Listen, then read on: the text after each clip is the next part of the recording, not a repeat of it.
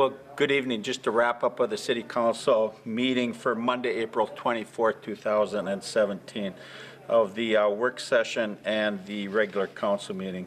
As always, I'd like to touch a little bit on the work session because there are some important issues there. Once again, the City of Grand Rapids for the 24th year has received a clean audit from our financial folks that look at the city, and we're very pleased with that. David Mole from Todge's Redpath was up and gave us a presentation this evening, and the city is doing just fine from a financial standpoint and from an accounting standpoint. Matt Wegwith, our city engineer, gave a little bit of a review of the changes to our stormwater, the rates and the ordinances.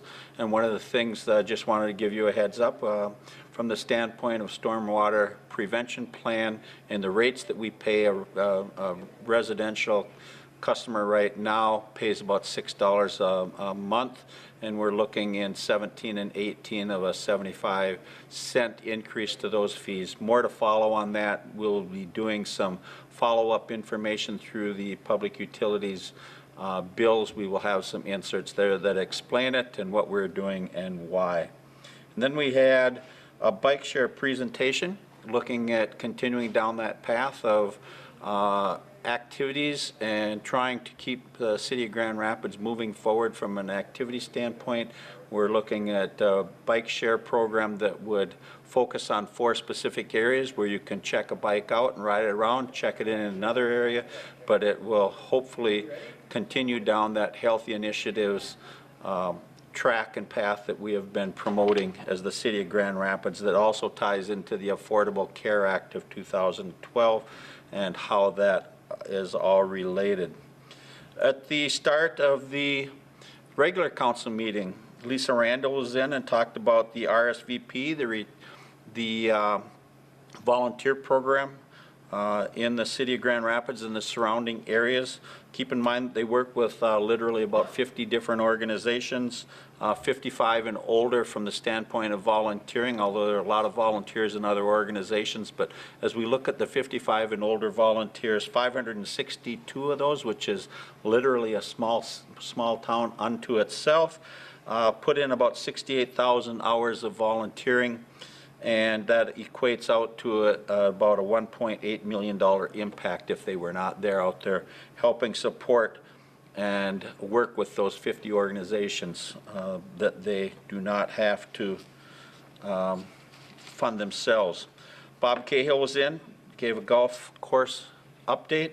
A little bit of the projects out there. Was very early start again for the golf course based on weather, so they have been open, which is good from a financial standpoint. Season pass sales and stuff have been up at this point in time, and we're looking to a very, very good golf season. The bunker on number 7 is a renovation project this year. They're going to be doing a remodel on one of the restrooms. They're going to be doing some cart path improvements, and then some split rail fences around some of the property. They will be looking at improvements to that as well.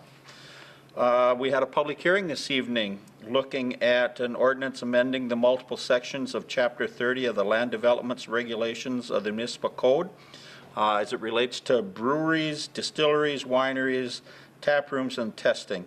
So that came before. There are 2 projects looking at microbreweries and breweries in the Grand Rapids area, and in order to accommodate those, we had to make some changes to the regulations of the municipal code. That went before the Planning Commission, and there was no issues.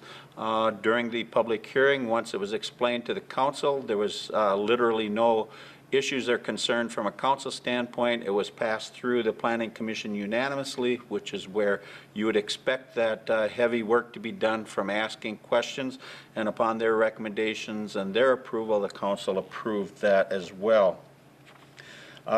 Under engineering, Matt Wegworth has then talked a little bit about County Airport, the joint powers agreement that was extended. Also going to be doing some reconstruction on an apron, not this year, but in 2018. It's about a $87,000 project, but when you split it down and the federal government puts in their portion of the money, and then you take a look at the remainder that isn't paid for under the federal government, and you split that between the city and the county, being that that is a joint owned Airport, we're down to 5% split between the city and the county, of which the city's portion is 2.5%. It's under $2,000 to get that project. Money well spent, less than $2,000 on the city side to get literally about $90,000 of improvement out there to the structural integrity of the airport. Some of the things were pulled. We decertified a tax increment financing district, which is good. That gets them back over onto the full tax rolls.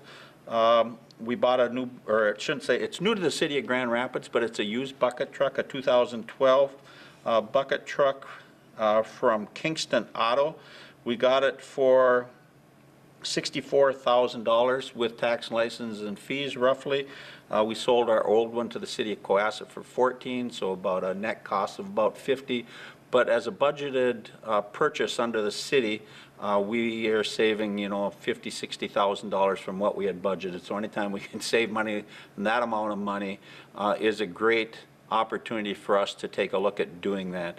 And the encouraging part from there was Jeff Davies feels that even though it's a 2012 truck, 5 years old, he feels we are going to get 20+ years out of that bucket truck. So once again, very good work on the Public Works Department out there trying to find ways to meet a need with a bucket truck, but to do it on a cost-effective standpoint.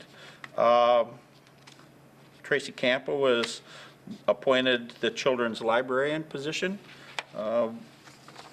We will get together in a couple of weeks. Hope everyone is hopefully holding on to warm weather probably next week. But thanks for tuning in, and we look forward to visiting with you for a wrap-up of our May council meeting.